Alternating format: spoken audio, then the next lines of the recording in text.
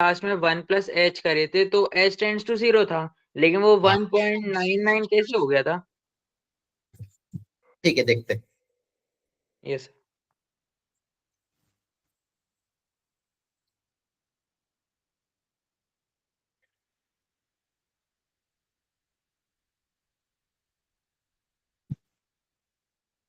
आप लोगों को मैंने वो डीपीपी भी दी थी क्या होमवर्क के लिए, लिमिट्स की कोई, या भी नहीं दी थी?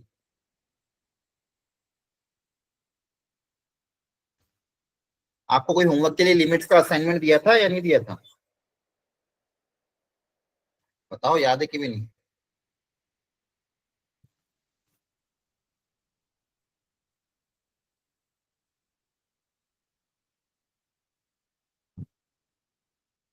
सर नोट्स सर का था, नहीं लेक्चर दिया 1 था। और नोट्स और डीपीवी थी, उसकी 1 डीपीवी 1 थी। मॉड्यूल के क्वेश्चन दिए थे क्या मैंने? एक्सरसाइज 1 के नहीं दिए थे? No sir. ठीक है, नो सर, नहीं दिया। ओके। नो वो सर। आज का लेक्चर हो जाए उसके बाद फिर मिल जाएंगे, है ना?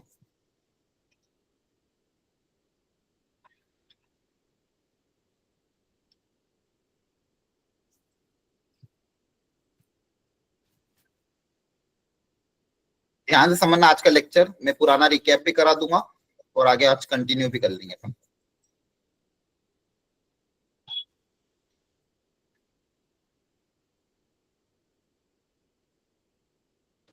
सर कल क्लास लगाएंगे आप? कल क्लास में क्या? लगाएंगे आप, जो आपने कहा था कि संडे लगाएंगे एक्स्ट्रा क्लास। अच्छा, एक्स्ट्रा क्लास, वो देखता हूँ मैं, अगर मान लो फिजिबल हो जाएगा तो लगा दूंगा। देखता हूँ मैं, आपको ग्रुप में मैसेज करवा दूंगा, ठीक है? और हो सकता है कि मंडे को ओके शायद सर। लीव पे हैं, तो अगर कोई स्लॉट खाली रहा तो उनकी क्लास की जगह मैं ले लूंगा, देखता हूँ। Yes sir. Okay sir. Sir yes sir. Module के क्वेश्चन है वो डीपीवी जो आपने भेजे हैं उसमें। हाँ हाँ, बस मॉड्यूल की करने, आज घर जाके वापस से उन मॉड्यूल के क्वेश्चन को रीअटेम्प्ट करना, ठीक है? यस। वो मॉड्यूल के क्वेश्चन बहुत ज्यादा अच्छे हैं। मतलब देखो, मैंने आपको पहले भी बताया, वापस रिपीट कर रहा हूँ सब लोगों को, मॉड्यूल के अलावा आप कुछ नहीं और रेफर करोगे चलेगा, सिर्फ मॉड्यूल और PYQ, इसके अलावा जेई में कुछ भी रिक्वायरमेंट नहीं है, ध्यान रखना, ठीक है? Module is more than enough.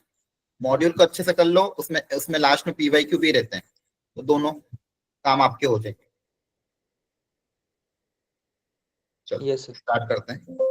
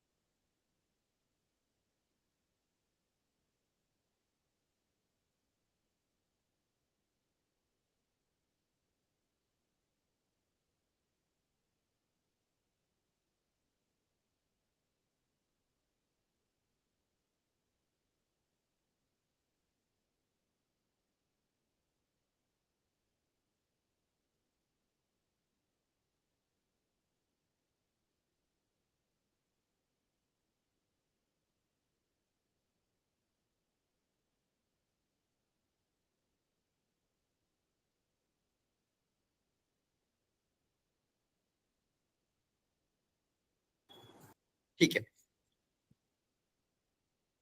देखो पिछली क्लास में हमने लिमिट्स को स्टार्ट कर दिया था।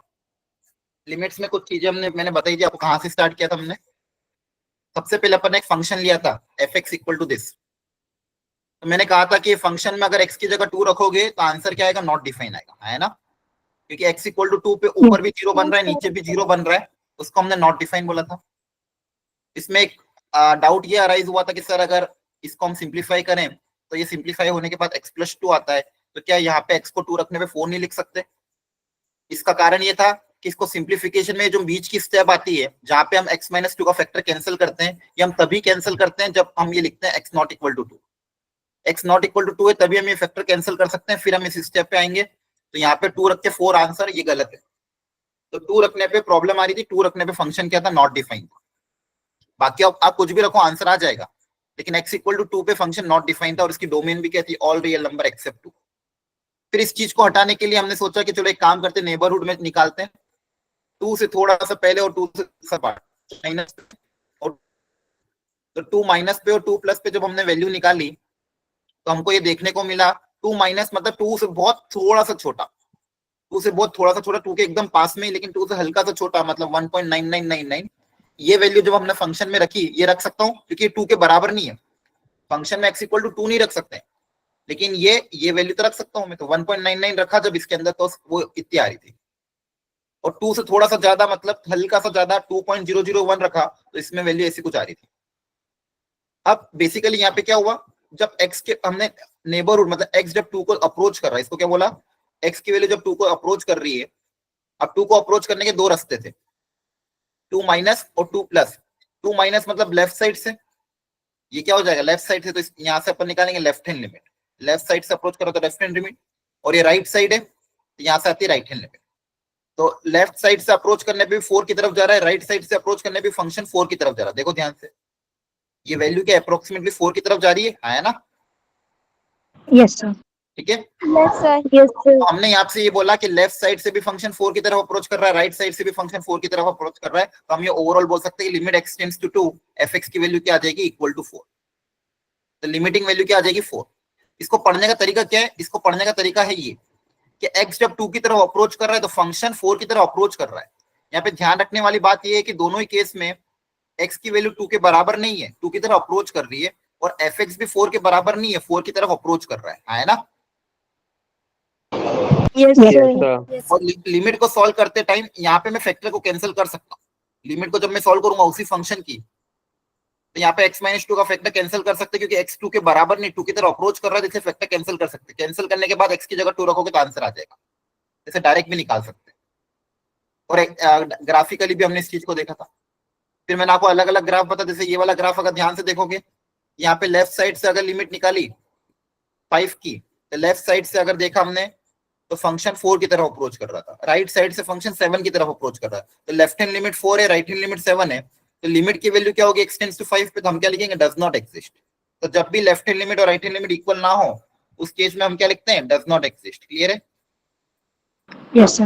है ना? इससे हमने ये बोला था कि लिमिट को एग्जिस्ट करने के लिए लेफ्ट हैंड लिमिट और राइट हैंड लिमिट दोनों को बराबर आना पड़ेगा, फाइनाइट आना पड़ेगा, तभी लिमिट मेरी एग्जिस्ट करेगी, अदरवाइज एग्जिस्ट नहीं करेगी। जैसे यहाँ पे बोला गया limit x tends to fx equal to l, ये अगर l आ रहा है तो ये कब आ रहा होगा, जब left hand limit right hand limit दोनों l के बराबर होगी, है ना? Yes sir. यस। इसके बाद हमने कुछ ग्राफ भी देखे थे। फर्स्ट वाले ग्राफ में left hand limit right hand limit सब l के बराबर आ रहा था। सेकंड वाले ग्राफ में भी left hand limit right hand limit l के बराबर, तो लिमिट एग्जिस्ट कर रही थी। फंक्शन उस पॉइंट पे डिफाइन नहीं था, जैसे यहाँ पे तो फंक्शन डिफाइन नहीं था, लेकिन फिर भी लिमिट तो आ रही थी, मेरी लिमिट एग्जिस्ट कर रही थी। ओके, फंक्शन भले ही डिफाइन नहीं है, लेकिन लिमिट तो यहाँ पे क्या कर रही है, एग्जिस्ट कर रही है ना? क्लियर है? Yes sir. ओके, फिर ये 2 डायग्राम और देखे थे जहाँ पे left hand limit right hand limit अलग अलग आ रही थी, वापस हमने क्या बोला, लिमिट डज नॉट एग्जिस्ट। कुछ एग्जांपल करके देखे थे, ये वाला एग्जांपल मैंने आपको कराया था, याद आ रहा ना? Yes sir. Yes sir. ये डेफिनेशन आ गई थी कि लेफ्ट हैंड लिमिट और राइट हैंड लिमिट एग्जिस्ट कब करेगी, जब अगर एग्जिस्ट कर रही इक्वल है तो फंक्शन आपका लिमिट एग्जिस्ट करेगा। अब कभी कभी लेफ्ट हैंड लिमिट में एक फॉर्मूला और अप्लाई हो जाता है। अगर आपको दिया है a माइनस, इसको लिखने का एक और तरीका, या तो डायरेक्ट वैल्यू रख दो, कोई दिक्कत, डायरेक्ट भी निकाल सकते हो और इसको इसमें कन्वर्ट करके भी निकाल सकते हो, दोनों मेथड सही। कभी कभी डायरेक्ट निकालेंगे, कभी कभी कन्वर्ट करेंगे, डिपेंडिंग ऑन द क्वेश्चन। तो इसको कन्वर्ट करने का तरीका क्या है, जहां पे भी x है, x की जगह रिप्लेस क्या हो जाएगा, a minus h। Limit x tends to a था, तो x की जगह क्या रिप्लेस हो जाएगा, a minus h, h tends to 0। इसका मतलब भी तो यही है, यहाँ पे x की जगह आप a माइनस रखोगे मतलब a से थोड़ा सा कम, a से थोड़ा सा कम मतलब a माइनस h, h एक छोटा सा नंबर है। सेम यहाँ पे a प्लस मतलब x की वैल्यू a से थोड़ी ज्यादा है, a से थोड़ी ज्यादा मतलब a प्लस h, और h टेंड्स टू 0। फिर इसको सिंप्लीफाई करके भी आप आंसर निकाल सकते हो। समझ में आ रहा है? Yes sir. Yes sir. दोनों ही केस में एच पॉजिटिव है, ध्यान रखना, दोनों ही केस में एच क्या है मेरा, पॉजिटिव है। ये हमने देखा था।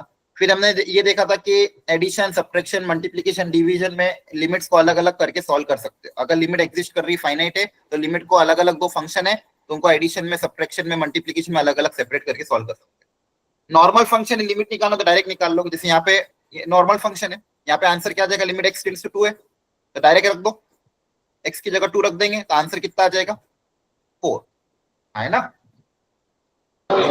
Yes sir. यहाँ पे भी अगर आप x को 0 रख दोगे तो साइन 0 आ जाएगा। साइन 0 की वैल्यू कितनी होती है, 0 और cos 0 कितना आ जाएगा, 1 1 तो अगर नॉर्मल फंक्शन है लिमिट डायरेक्ट निकाल सकते हो। सेम यहाँ पे भी लिमिट x टेंड्स टू 2 तो यहाँ पे रख दो डायरेक्ट, जैसे x की वैल्यू 2 रखोगे 2 into 2 minus 1 direct limit solve कर लोगे तो 2 इंटू 1 कितना आ जाएगा, 2। क्लियर है। Yes sir. Yes sir.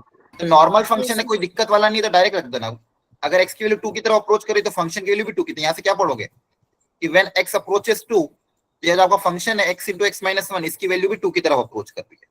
Same यहाँ पे भी अगर x को 2 रख दोगे फंक्शन के अंदर तो कितना आ जाएगा, 4 + 4 upon 2 + 2 that is 8/4 equal to 2। यहाँ पे भी फंक्शन के लिए 2 की तरफ अप्रोच कर, तो नॉर्मल है तो डायरेक्ट निकाल सकते हैं।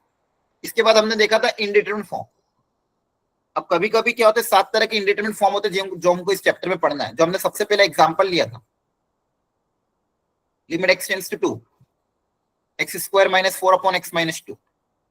इस एग्जांपल को ध्यान से देखो, इसमें हो क्या रहा है, जब x की वैल्यू 2 की तरफ अप्रोच कर रही है तो यहाँ पे न्यूमरेटर की वैल्यू 0 की तरफ जा रही है, डिनोमिनेटर भी किसकी तरफ जा रहा है, 0 की तरफ जा रहा है, हाँ है ना। 0 के बराबर नहीं है, ध्यान रखना, यहाँ पे 0 की तरफ अप्रोच कर रहा है, डिनोमिनेटर भी 0 की तरफ अप्रोच कर रहा है। तो जब भी आपको ऐसे चीज दिखे इसको बोलते हैं अपन 0/0 इंडिटरमिनेट फॉर्म। इसको क्या बोलते हैं, 0/0 इंडिटरमिनेट फॉर्म। ये एग्जैक्टली आपका इंडिटरमिनेट फॉर्म है। उस केस में, दोनों ही केस में ध्यान क्या रखने वाली, एग्जैक्ट 0 नहीं है यहाँ पे, आपको मैंने बता रखा है। अगर x की वैल्यू 2 की तरफ अप्रोच करेगी तो न्यूमरेटर क्या 0 होगा, एग्जैक्ट 0 की तरफ अप्रोच करेगा, सर अप्रोच करेगा। ध्यान रखना लिमिट्स में सब कुछ अप्रोचिंग होता है, एग्जैक्ट कुछ भी नहीं होता है। यहाँ पे भी x की वैल्यू जब 2 की तरफ अप्रोच करेगी तो डिनोमिनेटर भी क्या करेगा, 0 की तरफ अप्रोच करेगा। तो 0 अप्रोचिंग 0 अपन अप्रोचिंग 0, इसी को बोलते हैं हम इंडिटरमिनेट फॉर्म। इसी को क्या बोलते हैं, इंडिटरमिनेट फॉर्म। ये आपको ध्यान रखना है। क्लियर है, ये दिखेगा ऐसा लेकिन ये एक्चुअली में है क्या, अप्रोचिंग 0 अपन अप्रोचिंग 0। क्लियर है। Yes sir. Yes sir. एक और एग्जांपल लेके दिखाता हूं। अगर मान लो ऐसा कुछ होता, 0 प्लस, नीचे मान लो x दिया हुआ है, ऊपर मान लो ग्रेटेस्ट इंटीजर ऑफ x दिया हुआ है। अब आपको पता है x जब 0 की तरफ, 0 प्लस की तरफ अप्रोच करेगा तो ग्रेटेस्ट इंटीजर ऑफ x की वैल्यू क्या होगी, बताओ। 0 0 आ रहा है, ये अप्रोचिंग 0 का exact 0 sir approach exact 0 exact है। ग्रेटेस्ट इंटीजर का आंसर एग्जैक्ट आता है ना। Yes sir. यहाँ पे अंदर ब्रैकेट के अंदर अप्रोचिंग आएगी लेकिन ये इसका आंसर क्या आएगा, एग्जैक्ट 0 आएगा। 0.00 समथिंग का ग्रेटेस्ट इंटीजर क्या आएगा, 0 आ जाएगा, है ना। Yes sir. तो यहाँ पे ध्यान रखने वाली बात क्या है, यहाँ पे क्वेश्चन पूछेगा क्या यहाँ पे इंडिटरमिनेट फॉर्म है। अब देखो यहाँ पे ऊपर एग्जैक्ट 0 है, नीचे अप्रोचिंग 0 है, क्या इसको आप इंडिटरमिनेट फॉर्म बोलोगे क्या, बताओ। नीचे अप्रोचिंग 0, ऊपर एग्जैक्ट 0 है, यहाँ पे क्या है, ऊपर एग्जैक्ट 0 सर बोलेंगे अप्रोचिंग 0। नहीं बोलेंगे। No sir. नॉट अ, यही बात आपको ध्यान रखनी है। It is not a indeterminate form. Indeterminate form कौन सा होगा, जो ऊपर और नीचे दोनों तरफ अप्रोचिंग होगा तो ही, इसको इंडिटरमिनेट फॉर्म नहीं बोलेंगे। क्लियर हो रहा है। Yes sir.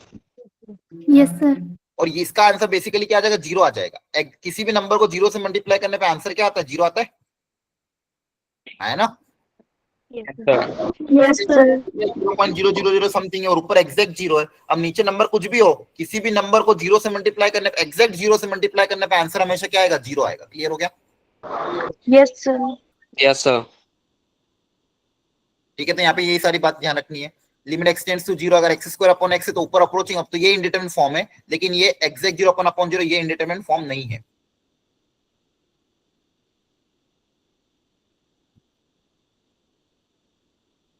ठीक है।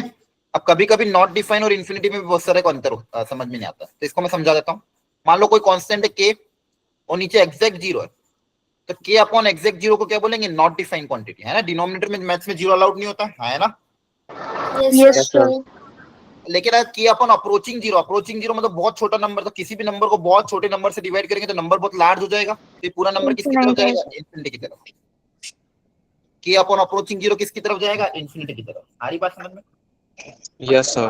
क्योंकि अगर यस जैसे डेसिमल हटाओगे तो ऊपर क्या आएगा? लाइक 1000 टाइप कुछ आ जाएगा, नीचे बहुत सारे 0.0000 समथिंग है, डेसिमल हटेगा तो ऊपर एक बहुत लार्ज नंबर आ जाएगा। तो के अपॉन अप्रोचिंग जीरो क्या आएगा? इन्फिनिटी। के अपॉन अप्रोचिंग जीरो क्या आएगा? इन्फिनिटी। क्लियर है? Yes, sir. सर। ठीक है, तो यहाँ पे ध्यान रखो, ये जितने भी क्वेश्चन हम करते हैं, जैसे F X equal to this, दोनों में क्या है? इंडिटरमिनेट फॉर्म है, approaching zero upon approaching zero है। वैसे जैसे यहाँ पे limit X tends to infinity ln x upon x, infinity by infinity है। Limit X tends to zero 1 plus X की पावर 1 बाई एक्स, यहाँ पे भी क्या 1 की पावर इन्फिनिटी है। तो देखो जो इंडिटरमिनेट फॉर्म होते हैं कौन कौन से होते हैं, यहाँ पे सारा सातों के सातों दिए हुए हैं। Zero by zero, infinity by infinity, zero into infinity, infinity minus infinity, infinity की पावर जीरो, जीरो की पावर जीरो, 1 की पावर इन्फिनिटी। ये 7 तरह के इंडिटरमिनेट फॉर्म होते हैं, यही हमको पढ़ना है। लेकिन यहाँ पे सारे के सारे क्या है? अप्रोचिंग है, कोई भी एग्जैक्ट नहीं है। ठीक है, क्लियर है? Yes, sir. Okay sir. और अप्रोचिंग होंगे तभी इनको इंडिटरमिनेट फॉर्म बोलेंगे। इवन यहाँ पे जो 1 लिखा हुआ है, ये 1 भी क्या है? अप्रोचिंग 1 है, या तो ये वाला होगा या तो ये वाला होगा। क्योंकि अगर एग्जैक्ट 1 हुआ बच्चों, अगर एग्जैक्ट 1 होता तो 1 को मैं कितनी बार भी मल्टीप्लाई करूं आंसर 1 ही आता, Yes, sir. है ना। इसको फिर इंडिटरमिनेट फॉर्म थोड़ी बोलते हैं। 1 की अब ये भी बहुत बड़ा क्वेश्चन था जो बहुत सारे लोगों को पता नहीं था। कहीं ना कहीं पूछा गया एक जगह इंटरव्यू में या फिर कहीं पे किसी से कि 1 की पावर इन्फिनिटी को इंडिटरमिनेट फॉर्म क्यों बोल रहे हैं? 1 को तो आप इनफाइनाइट टाइम मल्टीप्लाई करो, आंसर 1 ही आना चाहिए, फिर क्यों उसको इंडिटरमिनेट फॉर्म बोला गया? इसका आंसर क्या दिया गया कि यहाँ पे जो 1 हम लिमिट्स में यूज करते हैं ये एग्जैक्ट 1 नहीं है। अगर एग्जैक्ट 1 होता तो फिर तो आंसर 1 ही आता, फिर वो इंडिटरमिनेट फॉर्म नहीं होता। यहाँ पे जो 1 यूज हो रहा है ये अप्रोचिंग 1 है। अप्रोचिंग 1 मतलब 1.0001 भी हो सकता है, 0.991 भी हो सकता है। दोनों ही केस में आंसर अलग अलग आ रहा है, इसलिए इसको इंडिटरमिनेट फॉर्म बोला जा रहा है। सेम जीरो इंटू इन्फिनिटी में भी अगर एग्जैक्ट जीरो होता, एग्जैक्ट जीरो को इन्फिनिटी से मल्टीप्लाई करते तो आंसर जीरो ही आता, है ना। किसी भी नंबर को जीरो से मल्टीप्लाई Yes, करने में sir. तो आंसर जीरो ही आता। लेकिन यहाँ पे जीरो भी एग्जैक्ट नहीं है, यहाँ पे सारा जीरो जितनी भी जगह यहाँ पे दिख रहा है आपको, ये सारा के सारा क्या है? अप्रोचिंग है। अप्रोचिंग मतलब समझते हो ना, टेंड्स टुवर्ड्स जीरो। क्लियर है? Yes, sir. Yes sir. ये छोटी चीजें लेकिन बहुत ज्यादा इंपॉर्टेंट है, इनको समझना बहुत जरूरी है। लेकिन यहाँ पे सर एक बार इंफिनिटी की पावर जीरो वाला समझा दीजिए। हाँ, 2 मिनट वो आखिरी में समझेंगे, अभी फिलहाल जो चल रहा है वो देखो। यहाँ पे भी 1 की पावर इन्फिनिटी में भी क्या समझाया कि 1 जो अप्रोचिंग है 2 तरह से अप्रोच कर सकता है। अगर 0.9 की तरफ से जाएगा तो आंसर 0 की तरफ जाएगा, 1.0 की तरफ से जाएगा तो आंसर इन्फिनिटी की तरफ से जा रहा है। तो अब यहाँ पे 2 तरह के रास्ते आ रहे हैं, इसलिए इसको क्या बोला गया? इंडिटरमिनेट फॉर्म बोला गया। इसलिए 1 की पावर अप्रोचिंग 1 की पावर इन्फिनिटी को क्या बोला गया? Indeterminate form. वहीं पे अगर ये एग्जैक्ट 1 होता तो फिर इसको इंडिटरमिनेट फॉर्म नहीं बोलते, आया ना। Yes sir. Yes sir. आगे बोला, पूछा गया कि infinity plus infinity, infinity minus infinity into infinity, इसको क्यों नहीं इंडिटरमिनेट फॉर्म बोला गया? क्यों? क्योंकि यहाँ पे तो डिटरमाइन ऑलरेडी कर पा रहे हैं, 2 इन्फिनिटी नंबर को ऐड करोगे तो आंसर किसकी तरफ जाएगा? इन्फिनिटी की तरफ जाएगा, इंफिनिटी। है ना। और यस इन्फिनिटी सर। को इन्फिनिटी से मल्टीप्लाई करोगे तो भी, मतलब यहाँ पे मेरे को मतलब ये नहीं कि 2 अलग अलग रास्ते आ रहे हैं, यहाँ पे एक ही रास्ता आ रहा है कि ये एक बहुत लार्ज नंबर होगा। लेकिन यहाँ पे प्रॉब्लम आ रही थी, इसमें प्रॉब्लम आ रही थी, जीरो इंटू इन्फिनिटी में प्रॉब्लम आ रही थी, 0 बाई 0 में प्रॉब्लम आ रही थी, क्योंकि यहाँ पे रास्ते 2 हो सकते हैं। हो सकता है नंबर 0 की तरफ अप्रोच करे, हो सकता है नंबर इन्फिनिटी की तरफ अप्रोच करे, हमें पता नहीं है। हमें पता नहीं है 0 इंटू इन्फिनिटी में भी हमें पता नहीं कि नंबर 0 की तरफ जाएगा कि इन्फिनिटी की तरफ जाएगा। तो जब 2 अलग अलग रास्ते आ रहे थे तो इसको हमने इसलिए क्या बोला? इंडिटरमिनेट फॉर्म बोला। बाकी सब यहाँ पे तो हम डिटरमाइन कर पा रहे हैं, यहाँ पे तो दिख रहा है साफ कि इन्फिनिटी प्लस इन्फिनिटी करेंगे तो आंसर इन्फिनिटी की तरफ जाएगा, है ना। बोलो, बात बैठ रही दिमाग में। और ये चीज भी ध्यान रखना, कोई फाइनाइट नंबर अगर है, डिनोमिनेटर में अगर नंबर इन्फिनिटी की तरफ जा रहा है तो पूरा आंसर किसकी तरफ जाएगा? 0 की तरफ। किसी भी फाइनाइट नंबर को बहुत लार्ज नंबर से डिवाइड करोगे तो आंसर किसकी तरफ जाएगा? 0 की तरफ। डिनोमिनेटर में अगर अप्रोचिंग 0 तो आंसर इन्फिनिटी की तरफ जाएगा। इसको लिख लो अपनी अपनी कॉपी में, इंपॉर्टेंट है। A upon a number approaching infinity is what? 0. A upon a number approaching 0 is what? Infinity. क्या बात समझ में आ रही है? सर पीछे वाली स्लाइड पे एक मिनट पहले ये लिख लो, सर एक बार रिपीट कर दीजिए, ए अपॉन लिखा हुआ है ना सामने, देख लो। ए अपॉन इंफिनिटी को अप्रोच करेगा तो आंसर किसकी तरफ जाएगा? जीरो की तरफ। और डिनोमिनेटर में अगर जीरो की तरफ अप्रोच करेगा तो आंसर इंफिनिटी की तरफ। ये बट ऑब्वियस भी है, किसी फाइनाइट नंबर को बहुत लार्ज नंबर से डिवाइड करोगे तो नंबर छोटा ही हो जाएगा, है ना? Yes sir. और किसी Yes, फाइनाइट नंबर को बहुत छोटे Okay. से नंबर से डिवाइड करोगे 0.00 समथिंग, तो नंबर बहुत लार्ज तो हो जाएगा। लिख लिया? Yes, yes sir. Sir.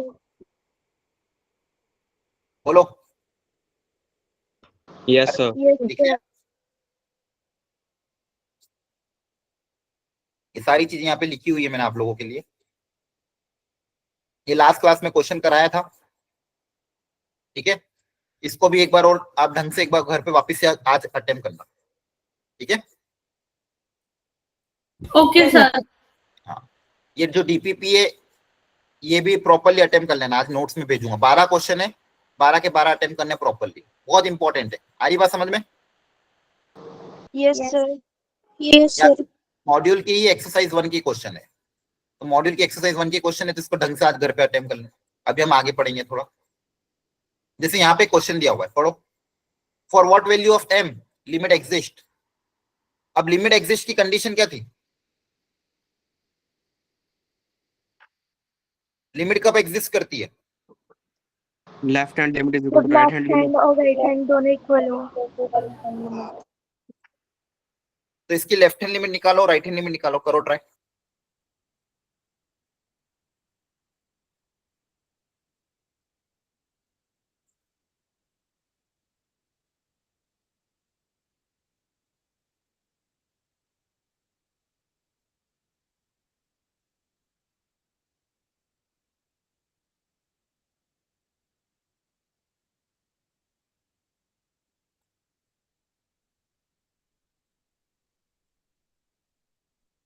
To minus पे फंक्शन कौन सा रखोगे वो फंक्शन रखना, टू प्लस पे कौन सा फंक्शन आएगा वो फंक्शन रखना, वैल्यू निकालो।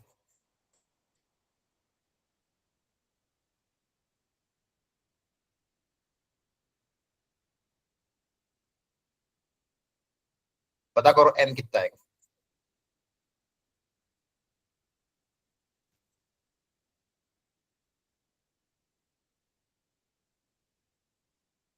बताओ, टू माइनस पे कौन सा वैल्यू रखोगे? mx minus MX हाँ, mx यहाँ minus पे x लेस देन टू में कौन सा फंक्शन, ये वाला?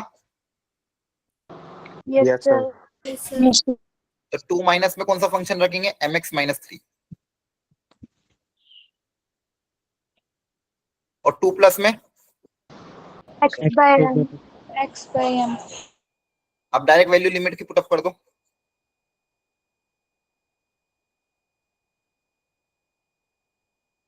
x की जगह क्या रख देंगे? 2 रख देंगे। Yes sir. यहां से सॉल्व करके पता कर लो m कितना आ रहा है।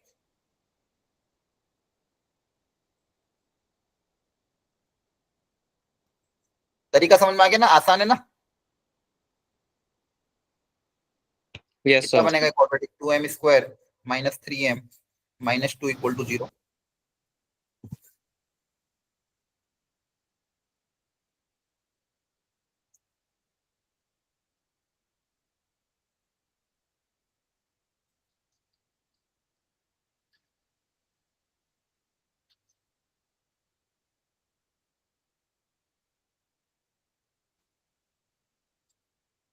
देखो ऐसे क्वेश्चन कभी भी आते हैं तो ऐसे करना है। बोला लिमिट एग्जिस्ट कर रही है तो left hand limit right hand limit को दोनों बराबर कर देना, ये हो जाएगा। समझ में आया? Yes, sir. बोलो। Yes sir.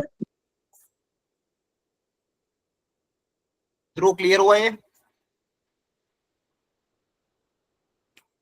ध्रुव यस सर। ये समझ में आ गया? Yes sir. ओके, बाकी लोग किसी को कोई डाउट है? एनीवन? No sir. हाँ बोलो बोलो। सर इसमें आपने बोला ना limit X approaches to two negative है, तो इसमें टू की वैल्यू एक्स की वैल्यू 1.99 क्यों नहीं भरी? हाँ 1.99 2 की तरह अप्रोच कर रहे हैं ना अपन, तो अपन 2 ही रखेंगे ताकि आंसर उस वो ही आएगा। कभी भी अपन जब 2 माइनस बोलो या 2 प्लस बोलो, ये सब ध्यान रखना। 2 माइनस बोलो या 2 प्लस बोलो, अब 1.99 भी रखोगे तो आंसर क्या आएगा? जैसे पिछली बार भी हमने लिमिट एक्स टेंड्स टू 2 जो ये वाला क्वेश्चन था,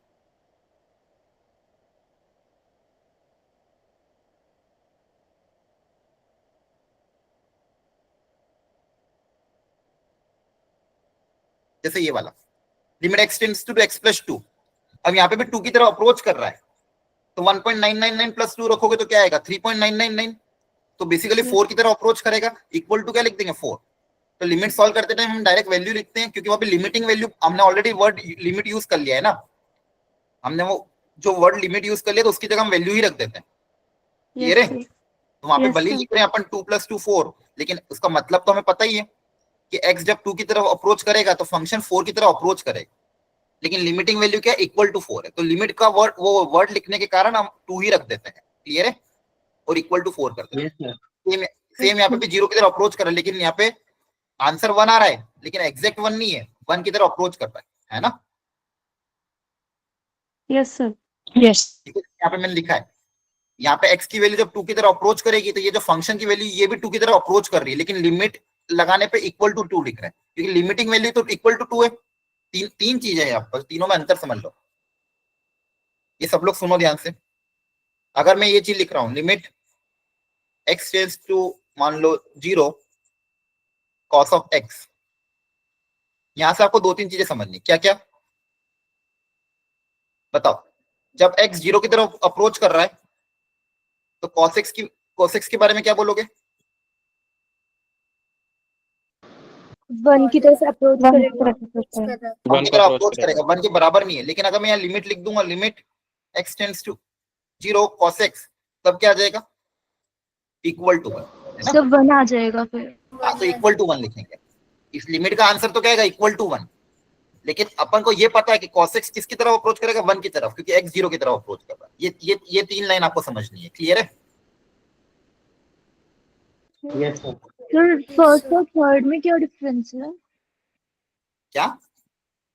सर नहीं, आपने देखो इसमें कहा कि x टेंड्स टू 0 है, वो तो क्वेश्चन टाइप हो गया ना, उसमें cos x की वैल्यू रखी और फिर लिमिट रखी, तो इसमें 2 कंडीशन बनी ना।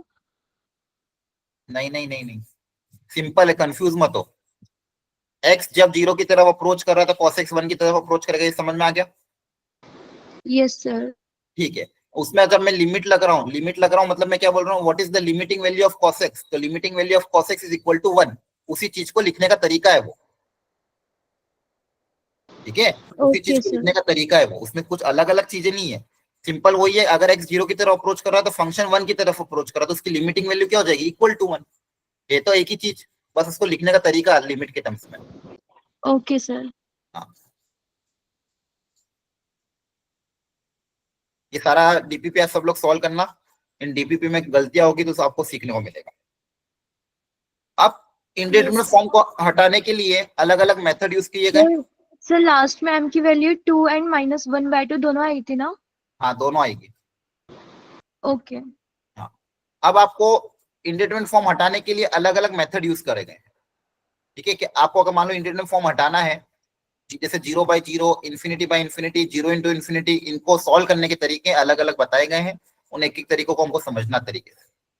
तो सबसे पहले इंडिटरमिनेट फॉर्म को हटाने के लिए सबसे पहला मेथड लिखो हेडिंग डालो, मेथड ऑफ रिमूविंग इंडिटरमिनेसी। उसमें पहला पार्ट फैक्टराइजेशन। पहले हेडिंग डाल लो सब लोग अपनी अपनी कॉपी में। उसमें से पहला पार्ट लिखना है, पार्ट ए, पहला मेथड फैक्टराइजेशन। मेथड 1 फैक्टराइजेशन लिख लिया? Yes sir. अब फैक्टराइजेशन का मतलब कि ये हमने ऑलरेडी कर रखा है। तो पहला क्वेश्चन हमने किया था, limit x tends to 2 x² - 4 upon x - 2। अब इसको अगर मुझे सॉल्व करना है, इसको सॉल्व करने का तरीका क्या होगा बच्चों? मैंने क्या सिखाया था? ऊपर नीचे फैक्टर बना लो, है ना? Yes sir. Yes sir. ऊपर नीचे फैक्टर बना लोगे। अब x 2 की तरफ अप्रोच कर रहा है, 2 के बराबर तो नहीं है, तो ये वाला फैक्टर कैंसिल कर सकते हैं? Yes sir. कैंसिल कर दोगे तो आपका देखो, ये कैंसिल करने से क्या हुआ? जो प्रॉब्लम आ रही थी स्टार्टिंग में, प्रॉब्लम क्या रही थी? x जब 2 की तरफ अप्रोच कर रहा है, तो ये कौन सा फॉर्म था? 0/0 इंडिटरमिनेट फॉर्म था, है ना? तो इस 0/0 इंडिटरमिनेट फॉर्म को हटाने के लिए ये वाला फैक्टर अगर कैंसिल हो जाएगा, तब 0/0 फॉर्म हट गया। अब तो मेरा क्वेश्चन नॉर्मल में कन्वर्ट हो गया। Yes sir. अब मैं जब x को 2 रखूंगा तो 2 + 2 कितना आ जाएगा? 4। तो देखो ये बेसिकली क्या हो गया, इसी को फैक्टराइजेशन बोल दिया कि इंडिटरमिनेट फॉर्म को हटाने के लिए, 0/0 को हटाने के लिए अगर हम फैक्टर कैंसिल कर दें तो हमारा इंडिटरमिनेट फॉर्म हट जाएगा, फिर हम नॉर्मल क्वेश्चन की तरह लिमिट को सॉल्व कर सकते हैं। लेकिन बस उसके लिए आपको प्रॉपर्ली फैक्टराइज करना होगा। क्लियर हो रहा है? Yes sir. Yes, sir. चलो ये 2 क्वेश्चन है। पहला वाला क्वेश्चन ट्राई करो प्रॉपर्ली। ऊपर और नीचे के फैक्टर बनाओ। ऊपर एक क्वाड्रेटिक के, नीचे एक क्वाड्रेटिक के, उसके फैक्टर बनाओ। देखो फैक्टर कैंसिल हो रहा है क्या? फैक्टर कैंसिल होने के बाद वैल्यू पुट अप करके आंसर निकालो। सेकंड वाले केस में भी एलसीएम लेके फैक्टराइज करो।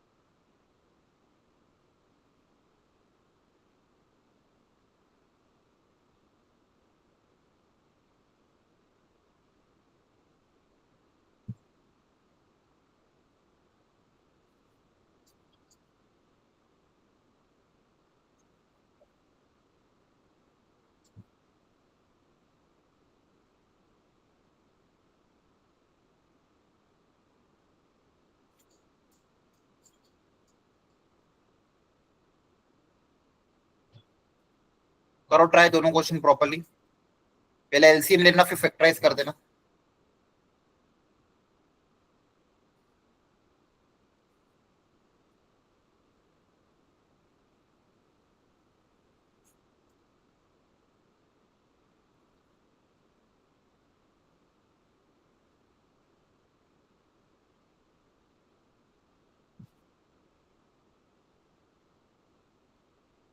देखो एलसीएम क्या आ रहा है। फर्स्ट वाला हो गया। Yes sir. क्या Yes, आंसर आ sir. रहा है? Yes, sir. सर 2। ठीक है। ऊपर के फैक्टर क्या बनेंगे? सर x - 3 और x + 1। ओके। और नीचे के factor? x - 3 x X minus 3 into X minus 1. Very good. कि यहाँ पे एक फैक्टर कैंसिल हो रहा है जिसके कारण दिक्कत आ रही थी। 3 रखने पे 0/0 बन रहा था, है ना? हमेशा पहले देख भी लिया करो कि इंटीग्रल फॉर्म बन भी रहा है कि नहीं बन रहा होगा तो डायरेक्ट आंसर आ जाएगा, है ना?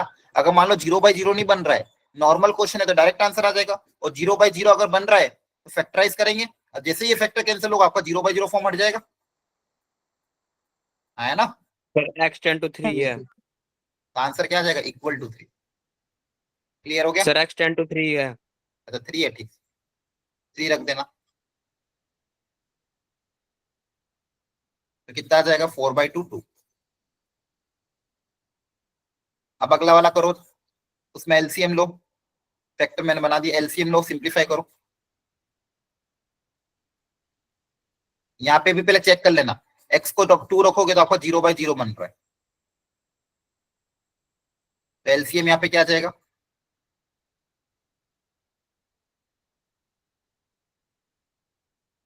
यहाँ पे x इंटू x - 1 से मल्टीप्लाई करना पड़ेगा। यहाँ पे कुछ मल्टीप्लाई नहीं करना पड़ेगा।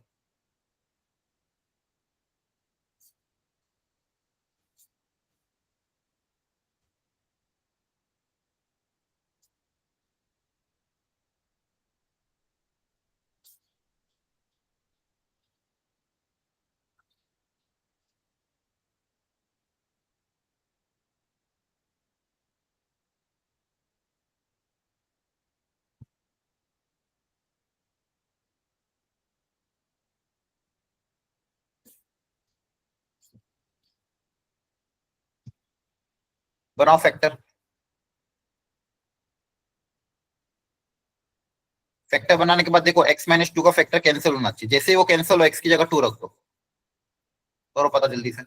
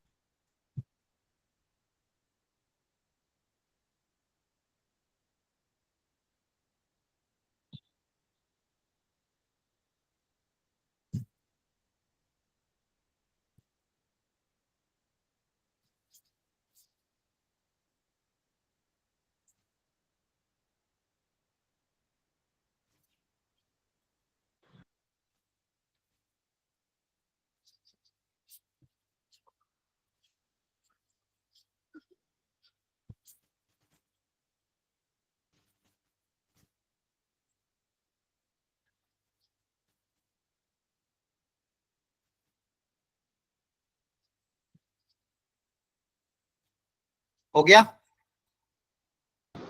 No Yes, sir. sir. Yes, sir. जल्दी करो, इतना टाइम नहीं लगेगा, फैक्टर बन जाना चाहिए अब तक तो। ये वाला फैक्टर कैंसिल हो जाएगा, x की जगह 2 रख देना। क्लियर हुआ? अरे आसान है, टफ सर, थोड़ी है, yes, sir. फैक्टराइज करना है। ये सर हो गया। है ना? Yes, sir. ओके, चलो इसको बाद में आते हैं। यहाँ तक समझ में आया फैक्टराइजेशन कैसे मेथड किया? बोलो। ठीक है, ये दो फॉर्मूले भी उतार लो और इनकी कंडीशन।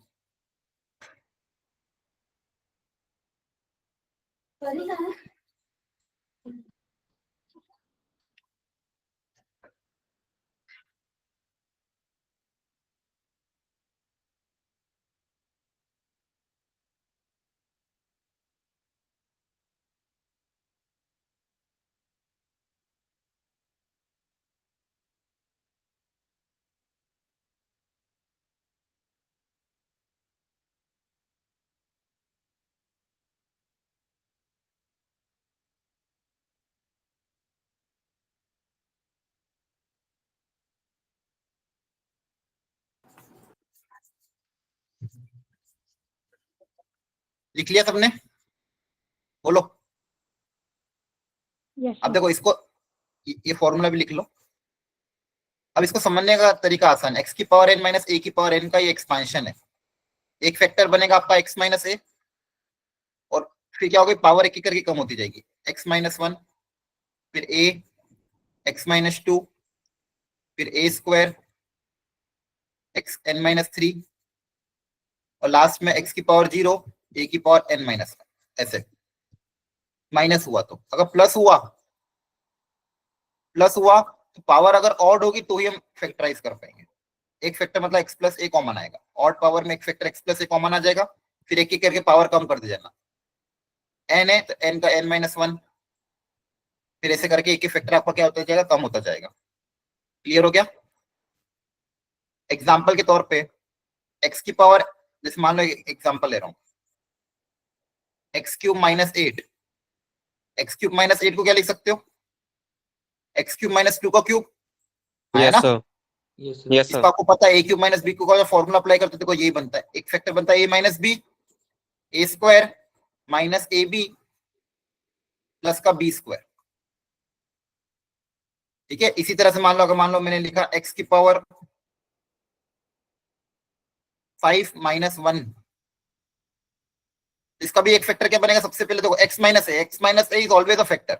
जब भी ऐसा ऐसा टर्म आए उसका x माइनस ए हमेशा एक फैक्टर रहेगा, तो क्या बनेगा, x माइनस 1, है ना? X minus 1. अब Yes, sir. बची हुई चीजें में देखो सब में पॉजिटिव रहेगा, बच्चा सब पॉजिटिव लिख देना, एक एक पावर कम करके। अब एक पावर कम कर दो, पावर 4, फिर 1 है तो 1 को मल्टीप्लाई करने से कुछ फर्क नहीं पड़ेगा, फिर पावर 3, फिर पावर 2, फिर पावर 1 और फिर 1। इसी तरह से मान लो अगर पावर ऑड होती प्लस में होता, 7 प्लस 1 होता, तो इसका एक फैक्टर x प्लस 1 रहेगा, फिर अल्टरनेट कम करते जाना, 6 माइनस 5 प्लस का 4, और ये कर लोगे, इससे समझ में आ रहा है?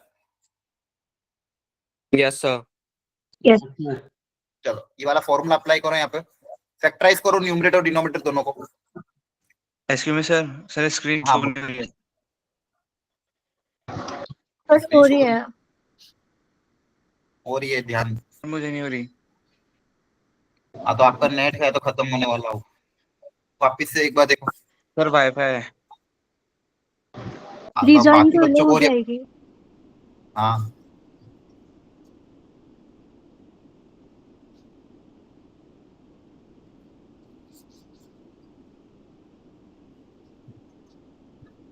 सबको स्क्रीन दिख रही है ना?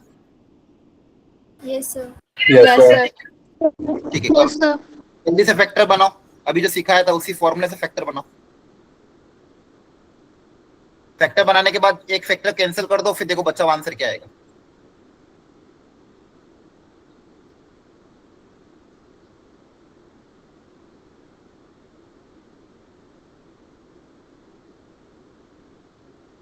ऊपर का फैक्टर बताओ क्या, एक t माइनस 1 आएगा, आया ना? Yes, sir. Yes, sir. Yes, नीचे का sir. फैक्टर बताओ। वापिस से एक t माइनस वन, अब अंदर क्या बचेगा? 5 4 3 2 1। क्लियर है? बोलो। Yes, sir. कैंसिल कर दोगे? कैंसिल होने के Yes, बाद sir. t की जगह 1 रख देना। कितना था? 1 2 3। अच्छा यहाँ पे मैंने एक कम लिख दिया, t प्लस 1। टी स्क्वायर के बाद एक t भी आएगा ना? Yes, sir. Sir. देखो आसान है, अगर ये फॉर्मूला याद है तो कर सकते हो कि नहीं? Yes, sir. Yes, sir. Yes, sir. ठीक है। नेक्स्ट सेकंड मेथड डालो, रैशनलाइजेशन। एक क्वेश्चन और है, इसमें मैं हिंट दे रहा हूं, घर पे ट्राई कर लेना। x की पावर 1/3 को t मान के सॉल्व करना हो जाएगा ये। ठीक है, घर पे ट्राई कर लेना। फैक्टराइजेशन का ही क्वेश्चन है, आसान है। नेक्स्ट हेडिंग डालो, रैशनलाइजेशन। Second method rationalisation. अब रैशनलाइजेशन कब अप्लाई करना है? जब भी आपको रूट वाली टर्म दिखे, root plus root, root minus root, इस तरह की टर्म दिखे जिसके कारण इंटरमिडिएट फॉर्म बन रहा है, तो उसको रैशनलाइज कर दो। माइनस वाली टर्म है तो प्लस वाली टर्म से मल्टीप्लाई डिवाइड कर दो, प्लस वाली टर्म है तो माइनस वाली टर्म से मल्टीप्लाई डिवाइड कर दो। अच्छा, एक चीज हमेशा ध्यान रखना, हमको पहले बचपन में ऐसा था कि डिनोमिनेटर को ही रैशनलाइज कर सकते हैं। यहाँ पे ऐसा नहीं है। आपको चाहे रूट वाली टर्म न्यूमरेटर में दिखे या डिनोमिनेटर में दिखे, आपको रैशनलाइज करना पड़ेगा। क्लियर है? बोलो। Yes, sir. और जब भी रैशनलाइज करोगे हमेशा, अगर माइनस वाली तो प्लस वाली से मल्टीप्लाई डिवाइड करोगे तो हमेशा एक टर्म बनेगी a plus B A minus B. तो a plus B A minus B में कौन सा फॉर्मूला अप्लाई हो जाएगा? a square minus B square का। आया ना? समझ में आ रहा है? Yes, sir. Yes, अब sir. देखो, पहले सेकेंड वाला पार्ट करो, सब लोग सेकेंड वाला पार्ट करो। इसमें बताओ रैशनलाइजेशन के लिए काई से मल्टीप्लाई डिवाइड करोगे? √1 + x प्लस √1 - x। हाँ, इसके जो प्लस वाला पार्ट है उससे मल्टीप्लाई डिवाइड करो, सिंप्लीफाई करो और आंसर निकालो। आपका क्वेश्चन ये है, यहाँ पे रूट माइनस रूट है तो रैशनलाइजेशन के लिए रूट प्लस रूट से मल्टीप्लाई डिवाइड।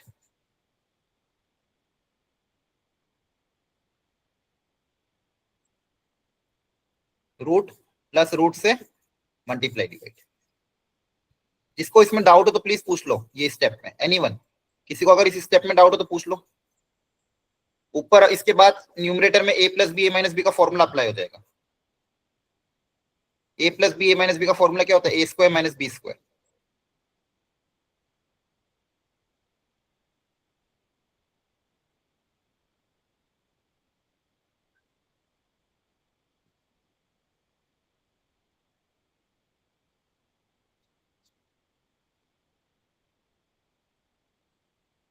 क्लियर हो रहा है?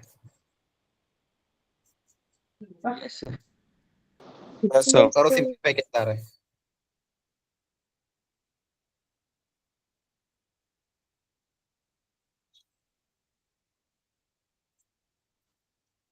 स्क्वायर रूट हट जाएंगे।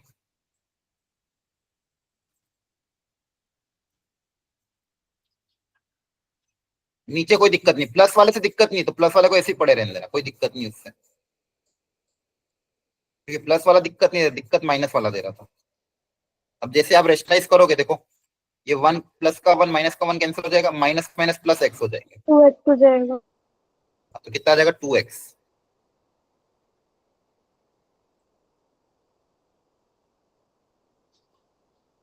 और इसी x को मुझे कैंसिल करना था क्योंकि लिमिट x टेंड्स टू 0 था। क्या ऊपर नीचे से x कैंसिल हो जाएगा? Yes, sir. Sir. जैसे कैंसिल होगा अपना क्वेश्चन सॉल्व हो गया। वैल्यू रख दो x की जगह 0, x की जगह 0 को तो 2 अपॉन √1 प्लस √1 2, 2 प्लस 2/2 कितना हो जाएगा? 1। क्लियर हो गया? Yes, sir. इस मेथड को बोलते हैं रैशनलाइजेशन। तो रैशनलाइजेशन चीजों को सिंप्लीफाई कर देता है। अब अच्छा, अगले सेकंड फर्स्ट वाले पार्ट में क्या होगा? दो जगह रूट है तो क्या करना पड़ेगा?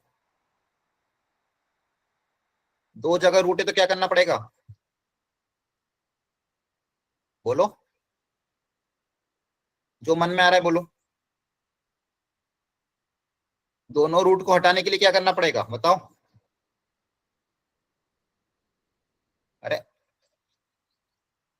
रेशनलाइज करोगे कि नहीं करोगे? Yes, sir. sir. बस इतना ही तो बोलना था। ऊपर वाले रूट के लिए अलग रेशनलाइज करेंगे, नीचे वाले रूट के लिए अलग रेशनलाइज करोगे। ऊपर वाले रूट के लिए क्या करोगे? ऊपर माइनस है तो इसके प्लस से मल्टीप्लाई डिवाइड करो। तो प्लस वाले टर्म से दिक्कत नहीं है, बस ये रूट हट जाएगा। नीचे जो प्लस का टर्म आ रहा है उससे दिक्कत नहीं, क्योंकि उसमें एक्स को 0 रखोगे तो वो तो 2 बन जाएगा, तो 2 से मुझे दिक्कत थोड़ी है। लेकिन ये प्लस इसको इसको कैंसिल कर देगा। अब नीचे वाले टर्म के लिए नीचे के फैक्टर से रेशनलाइज करो। नीचे माइनस था तो इसके प्लस वाले से मल्टीप्लाई डिवाइड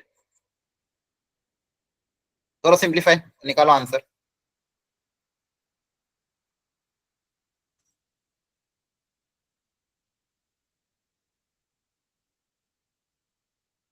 समझ में आ रहा है? जब 2 रूट आएंगे तो 2 बार करना पड़ेगा।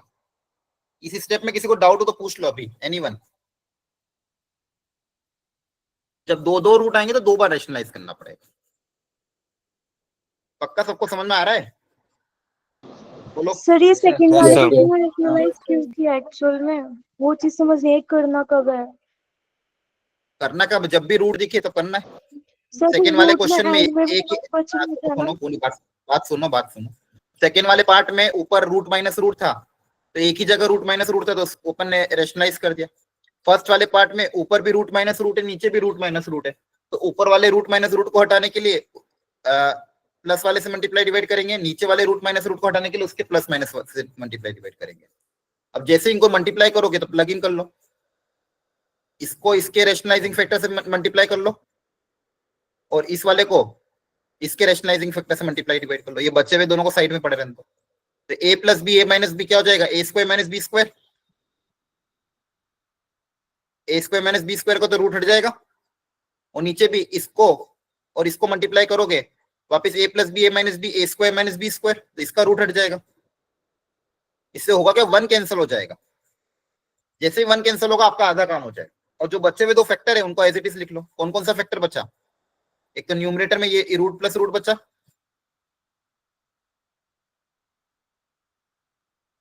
और डिनोमिनेटर में ये वाला रूट प्लस रूट बचा।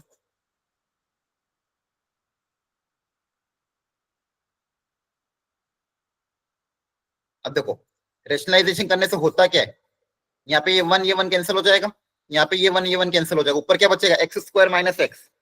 नीचे क्या बचेगा? X cube minus x. क्या दोनों में से एक्स कॉमन आ रहा है? बोलो। Yes, sir. Yes, sir. Yes, sir. और नीचे से भी एक्स कॉमन ले लोगे तो आपके पास क्या बचेगा? एक्स स्क्वायर माइनस 1, और ये बची हुई टर्म एज इट इज। अब इसी एक्स को काटना था, क्योंकि आपका देखो 0/0 क्यों बना रहा था? एक्स टेंड्स टू 0 था, तो 0/0 किसके कारण बन रहा था? एक्स के कारण ही तो बन रहा था। जैसे इसको आप कैंसिल करोगे आपका इंडिटरमिनेट फॉर्म हट जाएगा। अब एक्स को 0 रख दो, पूरे में एक्स को 0 रखो, देखो कितना आ जाएगा। यहाँ पे 0 रखो, ऊपर क्या बनेगा? -1, नीचे भी क्या बनेगा? -1, है ना? यहाँ पे 0 रखो, यहाँ पे 0 रखोगे तो √1 + √1 2, और नीचे भी 0 रखोगे तो √1 + √1 2, तो कितना आ जाएगा आंसर?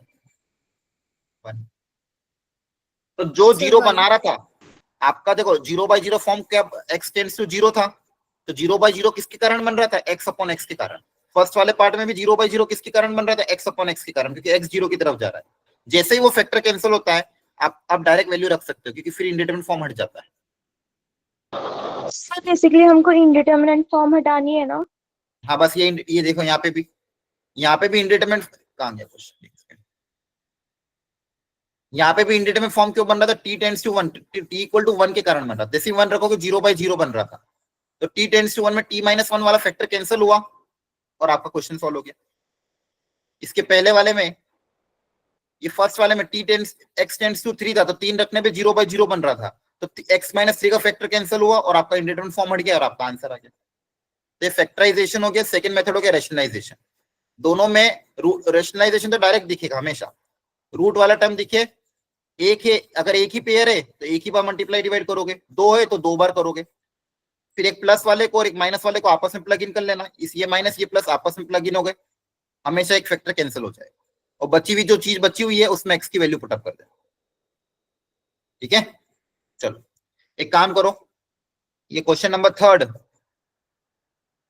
और क्वेश्चन नंबर 6 पहले सॉल्व करो, बाकी के घर पे ट्राई करना। अभी क्लास में सॉल्व करो दोनों, 3rd और 6th। या फिर एक काम करो, इसको घर पे ट्राई करना, मैं आपको दूसरा कराता हूँ। यहाँ तक क्लियर हुआ सबको? ये सेल्फ प्रैक्टिस है कल। Yes, sir. मैं आपको एक 2-4 क्वेश्चन दूसरे कराता हूँ। देखो यहाँ पे वापस मैंने समरी लिख दी आप लोगों के लिए। चलो इसको ट्राई करो। ये तो क्यूबिक है। क्यूबिक के फैक्टर कैसे बनाते पता है? क्यूबिक को फैक्टराइज करने का तरीका क्या है? पहला रूट निकलता है हिट एंड ट्रायल मेथड से। पहला रूट कैसे निकलेगा? हिट एंड ट्रायल से वैल्यू रख रख के देखना पड़ेगा कौन सा सेटिस्फाई कर रहा है, फिर बचा हुआ उसको लॉन्ग डिवीजन से डिवाइड करने पे। इसको अगर फैक्टराइज करना है तो पहले बताओ एक्स की कौन सी वैल्यू इसको सेटिस्फाई कर रही है ताकि ये 0 आए।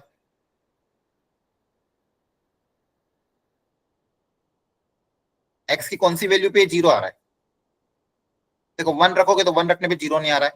2 रख के देखो, 2 रखने पे भी 0 नहीं आ रहा है। -2 रख के देखो, सर 2 पे तो आ रहा है ना? सर 2 पे आ जाएगा। सर 2 पे आ रहा है। ठीक है 2 पे आ रहा है। यस सर 2 पे आ रहा है। हाँ 2 पे आ रहा है तो एफ एक्स को 2 रखने पे 0 आ रहा है तो इसका फैक्टर क्या होगा? एक x - 2 is a factor. x को 2 रखने पे आंसर 0 आ रहा है, मतलब इसका x को 2 रखने पे आंसर 0 आ रहा है, तो बाय फैक्टर थ्योरम क्या बोल सकते हैं? x - 2 is a factor of this, है ना? Yes sir. अब बचा हुआ फैक्टर Yes, sir. कैसे निकलेगा? इस पूरे को x - 2 से डिवाइड कर दो लॉन्ग डिवीजन मेथड से। ये क्यूबिक को सॉल्व करने का तरीका है, ये क्लास 9th में सिखाया जाता था। एक बार एनसीईआरटी देख लेना क्लास 9th 10th की। सबसे पहले रूट निकालते hit and trial. Hit and trial मतलब वैल्यू रख रख के, जैसे मान लो 1 सेटिस्फाई करेगा तो x - 1 उसका फैक्टर हो जाएगा, 3 सेटिस्फाई करेगा तो x - 3 उसका फैक्टर हो जाएगा, -2 सेटिस्फाई करेगा तो x + 2 उसका फैक्टर हो जाएगा। एक फैक्टर निकालने के बाद बचे हुए फैक्टर को निकालने के लिए लॉन्ग डिवीजन से डिवाइड कर दो।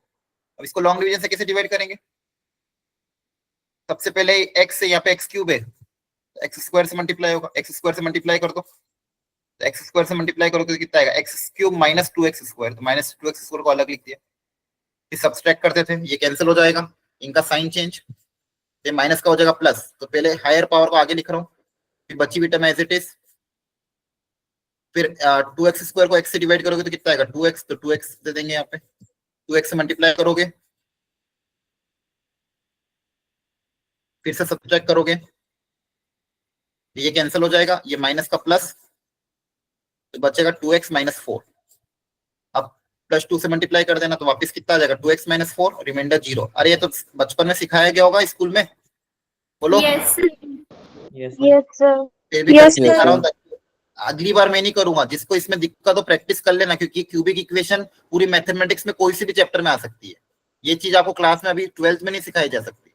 अगर आपको प्रैक्टिस है तो गूगल पे सर्च करो, यूट्यूब पे देखो, पर ये आनी चाहिए।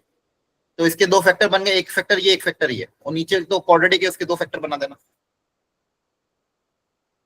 सर इसका एक वापस बार एक फैक्टर, लॉन्ग डिवीजन वाला एक बार बताइए ना फिर से।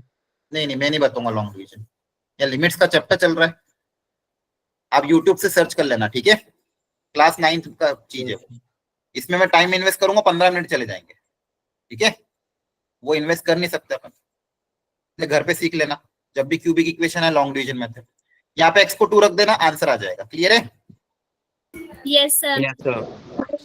Yes sir. ओके, एक रैशनलाइजेशन वाला कर लो। चलो इन दोनों को ट्राई कर लो सब लोग।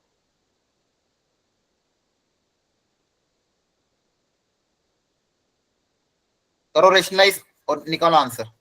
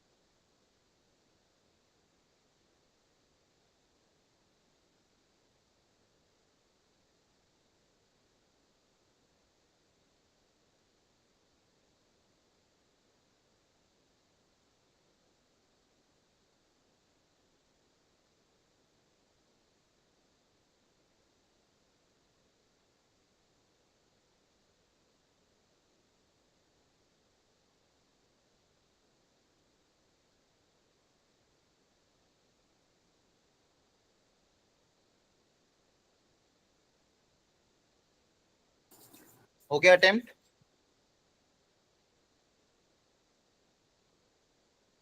Yes sir.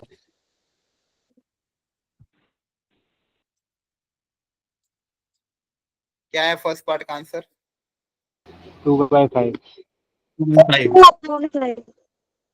और सेकंड का?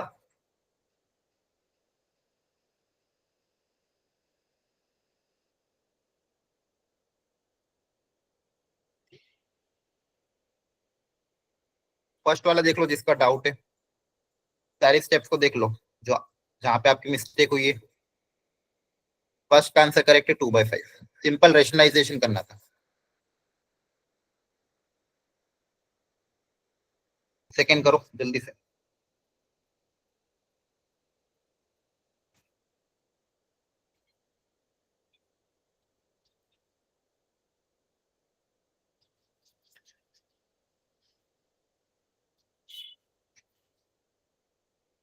सेकंड करो जल्दी से, क्या आंसर आ रहे हैं?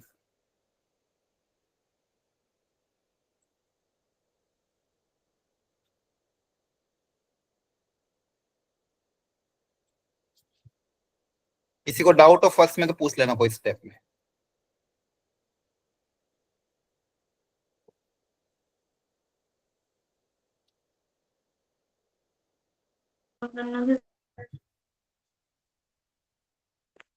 सर हाँ, सर ऐसे हम जनरली नीचे वाली टर्म को रैशनलाइज कर रहे हैं, इसमें हम ऊपर वाली टर्म को क्यों कर रहे हैं? क्योंकि उसके कारण भी देखो, ऊपर वाली टर्म को इसलिए कर रहे हैं क्योंकि ऊपर जब x को 5 रखोगे तो 5 रखने पे 0 बन रहा है, और Yes, नीचे भी sir. 5 रखने पे 0 बन रहा है। तो ऊपर वाली टर्म को हटाओगे कैसे? रूट को। अगर ऊपर वाली को रेशनलाइज नहीं करोगे तो रूट हटेगा ही नहीं, फिर ऊपर 0 ही रहेगा, है ना?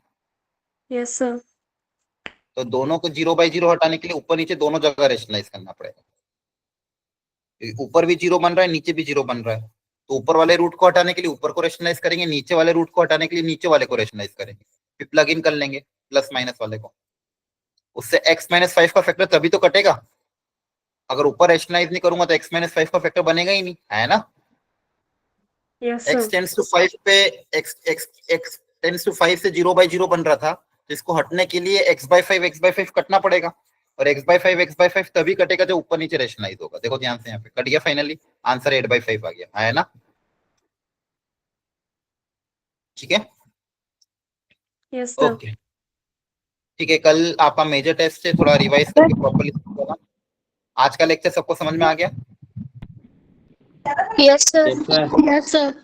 अब जो मैं Yes, डीपीपी sir. दूंगा उसको पूरी ईमानदारी से अच्छे से सॉल्व करना, step by step properly solve करना। कुछ क्वेश्चन उसमें टफ लगेंगे। अच्छा एक चीज और बता दो, एक चीज सुन लेना ध्यान से, कि जब भी आपको मॉड्यूलस फंक्शन दिखे, ग्रेटेस्ट इंटीजर फंक्शन दिखे, या कोई भी स्पेशल फंक्शन दिखे, हमेशा लिमिट का चैप्टर में, सुन लो ध्यान से पहले, लिमिट के चैप्टर में जब भी आपको modulus function, greatest integer function या फिर फ्रैक्शनल फंक्शन, इस तरह का फंक्शन दिखे, सिग्नम फंक्शन, तो हमेशा लेफ्ट हैंड लिमिट अलग से निकालना, राइट हैंड लिमिट अलग से निकालना। अगर दोनों बराबर आएंगे तो लिमिट एग्जिस्ट करेगी, डायरेक्ट लिमिट सॉल्व मत करना। इस चीज को हिंदी में अपनी कॉपी में लिख लेना पहले, फिर डीपीपी को सॉल्व करना। क्या बोला मैंने? कि जब भी मॉड्यूलस फंक्शन आए, ग्रेटेस्ट इंटीजर फंक्शन के क्वेश्चन लिमिट्स में आते हैं, हमेशा हमें left hand limit, right hand limit अलग अलग निकालेंगे, उसके बाद लिमिट के क्वेश्चन को सॉल्व करेंगे। क्लियर? आगे बात समझ में? Yes, sir. Yes,